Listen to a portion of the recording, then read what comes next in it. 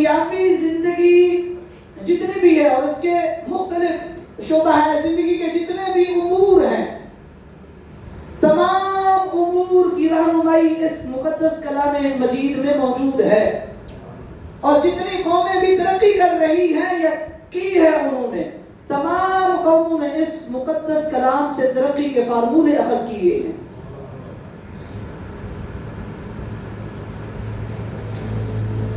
ہمارے لیے یہ سوچنے کی بات ہے، لمحہ فکریہ ہے کہ ہم اس مقدس کلام سے فائدہ نہیں اٹھا رہے. مجھے ایک دوست کہنے لگے کہ قاری صاحب آپ یہاں مسجد میں قرآن پڑھاتے ہیں؟ میں نے کہا بھائی میں پڑھاتا ہوں. تو بچہ بھیجا کروں؟ میں کہا بھیج دیں. کب بھیجوں؟ میں کہا بھائی میں 24 گھنٹے یہاں، تسی دسو کس ٹائم بچہ پڑھے گے؟ فجر ٹائم تو اٹھتا نہیں ہے. سنیں، فجر ٹائم تو اٹھتا نہیں ہے. میں کہا ٹھیک ہے. پھر جب اٹھتا ہے تو سکول کا ٹائم ہو جاتا ہے. میں کو چلیں سکول کی تیاری کرواؤں اسے. سکول سے کب آتا ہے؟ کل سب سکول سے آتا ہے 1:30-2 بج جاتے ہیں، تھکا ہوتا ہے. تو آتے یونیفارم چینج کرتا ہے، تھوڑا سا کھاتا ہے، تھکا مارا، پھر وہ ٹیوشن والی باجی کے پاس ہم بھیج دیتے ہیں. تو میں نے کہا آپ ایسا کریں نا، ٹیوشن والی باجی کے پاس آدھا گھنٹہ لیٹ بھیج دیں، وہ آدھا گھنٹہ میرے پاس بھیج دیں، میں آدھے گھنٹے میں کور کر لوں گا. پر سب نہیں، وہ کتابیں زیادہ ہوتی ہیں، بوجھ ہوتا ہے تو پھر مشکل ہو جاتی ہے. میں نے کہا چلو ایسا کریں نا، جب اکیڈمی سے واپس آئے تو پھر میرے پاس بھیج دیں. ہاں جب اکیڈمی سے واپس، یہ ٹھیک ہے قاری صاحب. پھر ایک لمحہ خاموشی کے بعد، قاری صاحب وہ تو تھوڑا سا ٹائم ملتا ہے کھیل کود کے لیے، اکثر 7 بھی بج جاتے ہیں. میں نے کہا یہ تو بڑا مشکل کام ہے. میں نے کہا پھر مغرب کے بعد کوئی دیکھ لیں. چلے میں آپ کو بتاؤں گا، وہ ٹائم سیٹ کرتے ہیں. میں کہا جی ہوئے امت مسلمہ کا عاشق رسول مسلمان 10 سال کے بعد جا کے ملاقات کرو کہ وہ بچہ کتنے میں جدے ہوتے اتنی انویسٹمنٹ ہو رہی تھی، وہ ایک لمحہ وہ کی کرتا ہے، وہ انجینئر ہے، ڈاکٹر ہے، کیا ہے وہ قاری صاحب، وہ نہ بس بچے کو پتہ ہے آج کل دیکھا جی نہیں، وہ کارخانے پا دیتے ہیں.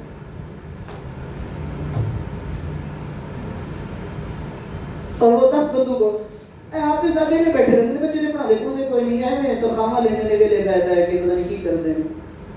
وہ بھی بچے بھیجو گے تو پڑھائیں گے. اور ایک بات اللہ رسول کے فضل و کرم سے میں یہ کہہ سکتا ہوں، عاجزی میری میرا رب جانتا ہے. تھوڑے کہ عاجزی کریے نا تسی سچی مچی نہ بندے ہوں وہ سمجھ دے ہو. عاجزی دل میں ہے. قاری حفیظ 6 سال سے کبھی بھی اپنی ذمہ داری سے غیر ذمہ دار کبھی نہیں ہوا الحمدللہ.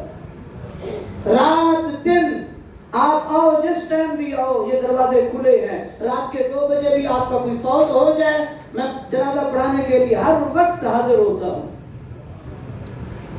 میں نے شادی کا سوٹ پہنا ہوا ہے، کسی سے وعدہ کیا ہوا ہے، فنکشن پہ جا رہا ہوں، میری فیملی ساتھ ہے، میں باہر نکلا ہوں، اچانک ایک آدمی ہے، السلام علیکم قاری صاحب. وعلیکم السلام. قبرستان میں ہوں، جنازہ پڑھانے 2 منٹ آ جاؤ. اب میں کیا کروں؟ جانے دو گے مجھے آپ؟ میں اگر چلا جاؤں کہ نہیں، میں جب واپس آؤں گا ادھر تو قرآن ہونا ہے. قاری صاحب نے کہا دیکھیے نا، شادی تو ٹوٹ گیا، جنازہ نہیں پڑھایا. مجھے بتلایا تھا پہلے، اور نہیں دونوں کی دسی ہے، جنازے کا بھی کوئی دستا ہے؟ ہاں جنازے کا نہیں دستا. خرافات اتنی ہو چکی ہیں ہم میں مجموعی طور پر کہ ہم اتنے غیر ذمہ دار اور غیر سنجیدہ ہیں دینی امور کے لیے کہ جس کا نقصان یہ ہوا کہ ہماری آنے والی نسلیں جو ہے نا، وہ نان پروفیشنل مولویاں رہتے چڑھی ہوئی ہے، جنہیں داڑھی رکھی ہے، پگڑی پائی ہے، اور بیٹھ کے کبھی کس کو اچھالا جا رہا ہے، کبھی کس کو اچھالا جا رہا ہے، کبھی کس کو اچھالا جا رہا ہے. اور بدقسمتی ہے سوشل میڈیا نے نام لینے پہ مجبور کیے ہو، جب بھی سوشل میڈیا چلاؤ تو ایسے مرزے جیلمی جیسے بندے بیٹھے ہوئے. اب آپ لوگوں کو کیا پتا کہ حدیث میں کیا ہوتا ہے، حدیث کیا ہوتی ہے، قرآن میں کیا ہوتا ہے، قرآن کیا ہوتا ہے. پورے کا پورا نظام، پورے کا پورا نظام اللہ چلا رہا ہے. اللہ کو دیکھا ہے آپ لوگوں نے؟ جدید دنیا سنت کو ادا کرے کریں باہر کی خچر سے بیٹھ کے سواری کریے. سنت تو خچر کے بیٹھ پہ ہے, جی لائف میں تو نہیں ہے, پراڈو پہ تو نہیں ہے سنت, جہاز پہ تو نہیں ہے.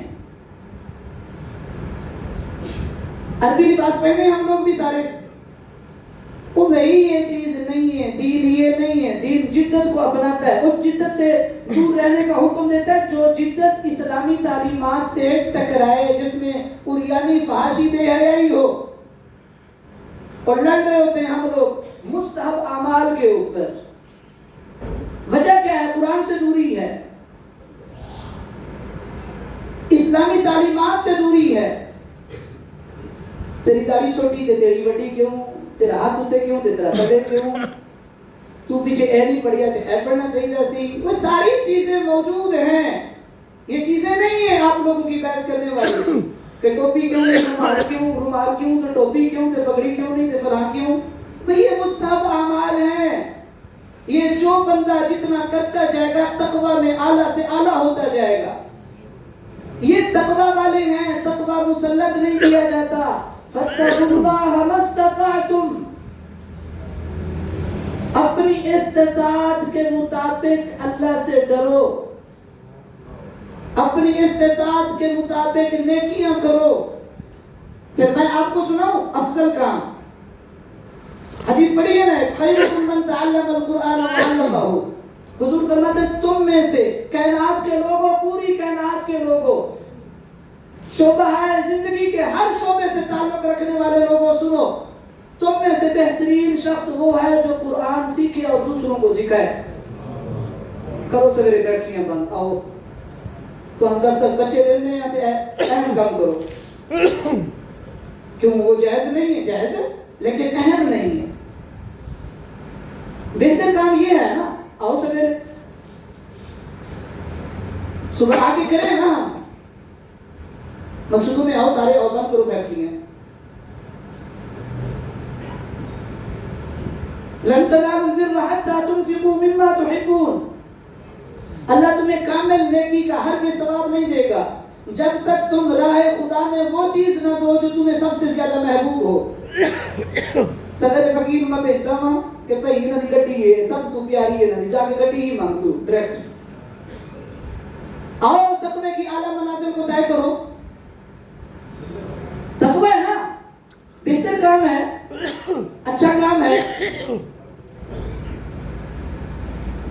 میں آپ کو مثال دیتا ہوں, صحابہ بیٹھے ہوئے تھے, یہ آیت کریمہ نازل ہوئی تو ایک صحابی آگے کھڑے ہو گئے, یا رسول اللہ صلی اللہ تعالی علیہ وسلم, میرا جو فلاں باغ ہے نا, مجھے تمام باغوں میں سے بڑی بڑی دولت تھی, سب سے پیارا عزیز, میں سے محبت کرتا ہوں, اس سے آمدن بھی زیادہ ہے اور یہ پھلتا پھولتا بھی زیادہ ہے, یہ ہر طرح سے اچھا ہے, یہ میں راہ خدا میں دینا چاہتا ہوں.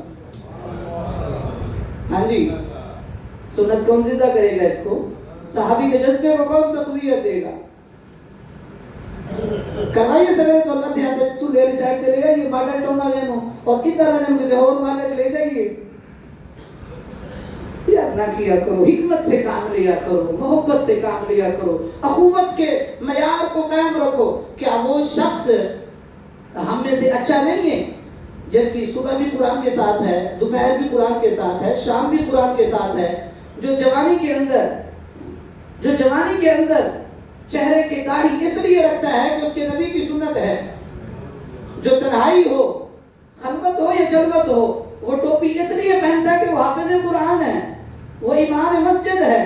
وہ اس پرفتن دور میں جہاں وہ ایک چھوٹی سے ریڑھی والے چنے والے کے ساتھ بھی کھڑا ہو جائے, 1000 روپے اس کو دیہڑی دیتا ہے, وہ اس پرفتن دور میں آ کے مصلے کو سنبھالتا ہے, جہاں اس کے 200 نمازی 50 سال کے بعد بھی اگر اجنبی بندہ ٹیسٹنگ کے طور پہ آ کے کہے کہ تیرا امام فلاں کڑی نو چھیڑ کے آیا ہے, 100 دے وچوں 99 کمن گیا, اور رولا ہے کوئی ایویں نہیں گلاں ہوندیاں. یہ یقین ہے, یہ اعتماد ہے, یہ چیزیں ہیں. وہ اس پرفتن دور کے اندر اس چیز کو آ کے سنبھالتا ہے اور اس ممبر کو آ کے سنبھالتا ہے. اس سے بڑا عظیم اور کون چاہیے؟ نبی علیہ السلام نے اپنے صحابہ کی مجلس میں فرمایا تھا, اے میرے صحابہ ایک بات غور سے سنو, ایک وقت آئے گا، آپ لوگوں کے بعد ایک وقت آئے گا، دین کے اوپر چلنا ایسے ہوگا جس طرح جلتے بہت زیادہ گرم انگارے کو کوئی مٹھی میں رکھ کے اس کو بند کر دے، مٹھی میں رکھ کے مٹھی کو بند کر دے، کتنی تکلیف ہوگی یا رسول اللہ؟ بہت زیادہ تکلیف ہوگی، بہت زیادہ ناقابل برداشت تکلیف ہوگی۔ کریم آقا علیہ السلام نے فرمایا ایک وقت آئے گا دین کے اوپر چلنا، میری سنتوں کو زندہ کرنا اور میرے بتلائے ہوئے طریقے کے مطابق امور دنیا کو بجا لانا اس سے بھی کہیں زیادہ مشکل ہوگا۔ اس دور میں اگر کوئی میری ایک سنت بھی زندہ کرے گا تو میرے صحابہ غور سے سن لو، میں تمہارے وقت کے 100 شہیدوں کا ثواب اسے دوں گا۔